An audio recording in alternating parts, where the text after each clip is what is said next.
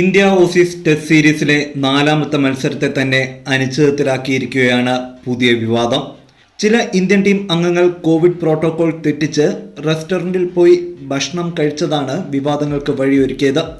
ശേഷം രോഹിത് ശർമ്മയുൾപ്പെടെയുള്ള ചില ഇന്ത്യൻ താരങ്ങൾ ഐസൊലേഷനിൽ പോകാൻ നിർബന്ധിതരുമായി. മാത്രമല്ല, മൂന്നാം ടെസ്റ്റിൽ ഈ താരങ്ങൾ കളിക്കുമോ എന്ന് പോലും സംശയമുണ്ടായി. എന്താണെങ്കിലും സിഡ്നിയിലേക്ക് പോയ ഇന്ത്യൻ ടീമിനൊപ്പം ഐസൊലേഷനിൽ പോയ താരങ്ങളുമുണ്ട്.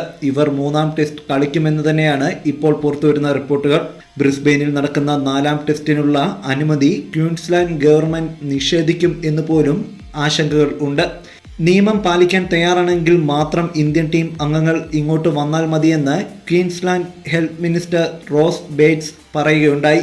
കോവിഡ് പ്രോട്ടോകോൾ തെറ്റിച്ച് ഇന്ത്യൻ താരങ്ങൾ പൊതു റെസ്റ്റോറൻറ്റിൽ ഭക്ഷണം കഴിച്ചതാണ് ക്വീൻസ്ലാൻഡ് ഗവൺമെന്റിനെ ചൊടിപ്പിച്ചത്. നിലവിൽ കോവിഡ് ഹോട്ട്സ്പോട്ടായ ന്യൂ സൗത്ത് വെയിൽസിൽ നിന്നാണ് ഇന്ത്യൻ താരങ്ങൾ വരുന്നത് എന്നതിനാൽ തന്നെ കോവിഡ് പ്രോട്ടോകോളിൽ യാതൊരു ഇളവും താരങ്ങൾക്ക് നൽകില്ലെന്ന് ക്വീൻസ്ലാൻഡ് ഗവൺമെന്റ് അറിയിച്ചു കഴിഞ്ഞു. സിഡ്നി ടെസ്റ്റിന് മുമ്പായി നടത്തിയ കോവിഡ് പരിശോധനയിൽ ഇന്ത്യൻ ടീം അംഗങ്ങളുടെ എല്ലാം റിസൾട്ട് നെഗറ്റീവായിരുന്നു. എന്നിട്ടും എന്തിനാണ് ക്വീൻസ്ലാൻഡ് ഗവൺമെന്റ് നിലപാട് കടുപ്പിക്കുന്നത് എന്നാണ് ടീം ഇന്ത്യയുടെ ചോദ്യം.